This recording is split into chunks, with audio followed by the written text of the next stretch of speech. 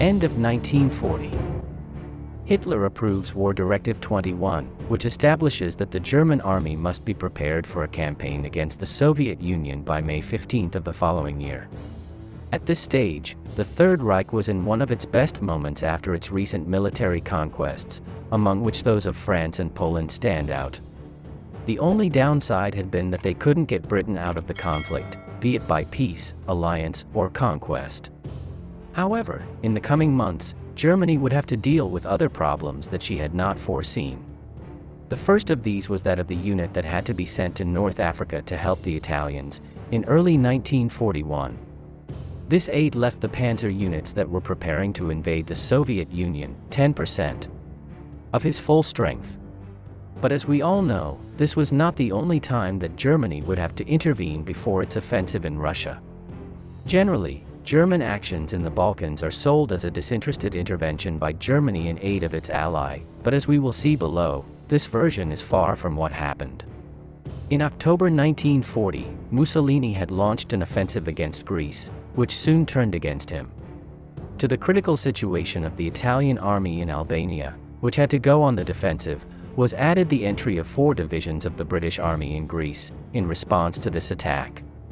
The British presence in the area threatened the Romanian oil wells, which were now within relatively close range of the new British airfields in Greece. This detail was something the Greeks were counting on, so they were reluctant to let the British into their territory, knowing that it would provoke a German response. On the other hand, we have the economic interests that Germany had in relation to this Balkan region, in which political instability did nothing but harm them. To cite some data, half of the food and grain consumed in Germany came from the Balkans.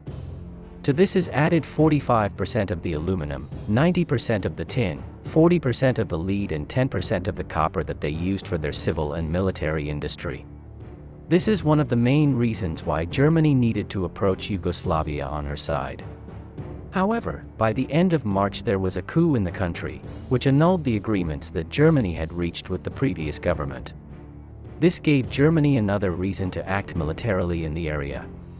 One last point that would also end up encouraging Hitler to start this new campaign in the Balkans was that it represented the perfect justification for the large accumulation of troops that they were making on the Soviet border.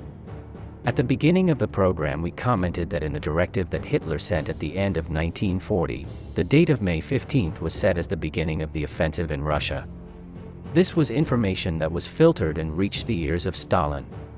Despite these reports that they were going to be attacked by Germany just on that date, Stalin was reluctant to accept it and did not give much truth to this information.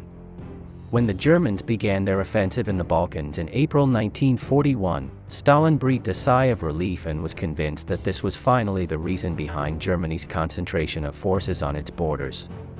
Now that Germany's reasons for intervening in the region have been analyzed, let's see what the cost of this operation was for the German army, and to what extent it could affect the subsequent Operation Barbarossa. The Germans needed to carry out this campaign, 9 perfectly equipped and trained divisions, which were already prepared to attack the Soviet Union. Although due to the speed of the operation in the Balkans, they were able to be free again by the end of May, they needed a lot of time to recover. In addition, some had to return to Germany to re-equip themselves and train. Although combat losses had not been very high, the rugged terrain of the Balkans caused numerous breakages in German vehicles of all kinds. As the 2nd and 5th Panzer Divisions could not be ready in time at the time Barbarossa started, other replacement divisions had to take their place. As expected, its result was not as good as what these divisions would have obtained. As a curiosity, this also happened with the Leibstandarte Regiment. Other units that were involved in this operation were those belonging to the German 12th Army.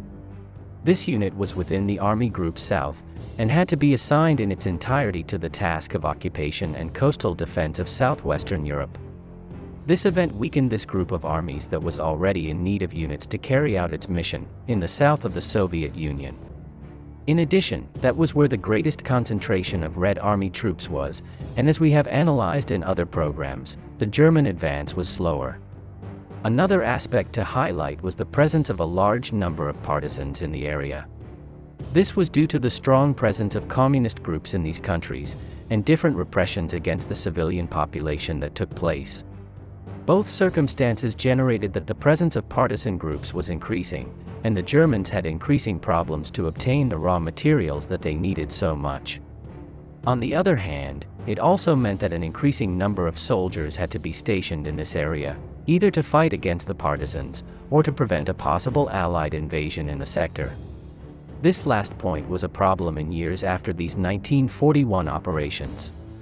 In any case, and as has been amply demonstrated, one cannot speak of a delay in the start of the attack on the Soviet Union for this reason, because due to the intense rains and the late thaw of that spring of 1941, it would not have been possible to start an attack before June 22.